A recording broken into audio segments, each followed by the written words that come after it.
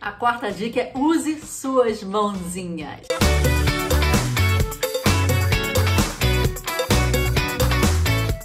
Eu acho isso muito interessante de falar, sabe por quê? Hoje em dia, que a gente fica aqui em frente a essa tela ou em frente à tela do computador, a gente para de usar as mãos e usar o nosso corpo, aquela velha expressão, coloca o corpo para trabalhar. A gente não tem mais isso, a gente está só aqui, ó, coloque a mente para trabalhar. E ele fala da importância de você colocar as mãos, o corpo físico para trabalhar, para fazer ação. Senão o trabalho não fica interessante, quando ele é somente na mente.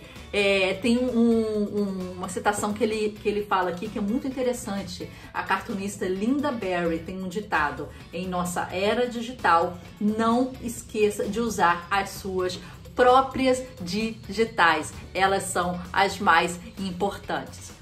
O Austin Kleon coloca uma coisa muito interessante. Na estação de trabalho dele, ele tem uma mesa, e ele sugere fazer isso, ele tem uma mesa analógica e uma mesa digital. Quer dizer, na mesa analógica só tem coisas analógicas, não tem nenhum gadget, não tem nenhum eletrônico em si. É papel, é caneta, é tesoura, é cartolina, é lápis, é gigiceira. É ali que ele mexe no analógico. E na parte do digital, ele tem o seu computador, o seu iPad, sua calculadora e outros elementos para ele trabalhar. E ele fica num looping analógico-digital. Uma hora ele senta numa mesa, no caso dele é escrita, né? Então ele não é esportista, não é pintor e etc. Mas ele fala para você ter uma estação de trabalho completamente analógica e outra estação de trabalho completamente digital. E você fazendo um looping entre analógico e digital, para você desenvolver. Um exemplo que ele dá, que é muito interessante, é que ele criou um livro chamado Newspaper Blackout. Quer dizer, ele pegava notícias de jornais e começava a fazer um marca-texto, apagar alguns textos e deixar somente umas palavras visíveis.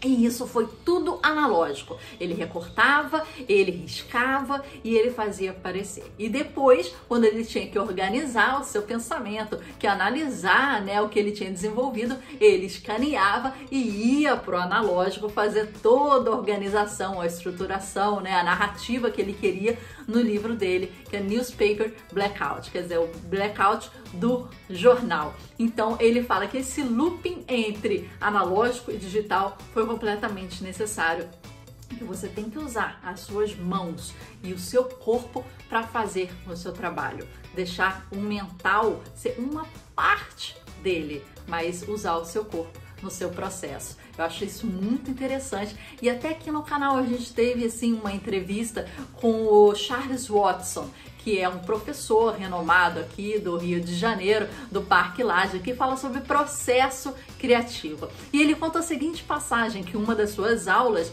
e ele veio, né, de fora do Brasil para cá, e lá fora você aprende a fazer, você aprende a usar suas mãos, né? E tava numa aula de pintura e ele quis começar do início. Muita coisa que a gente não tem aqui, sabe, em aula de pintura.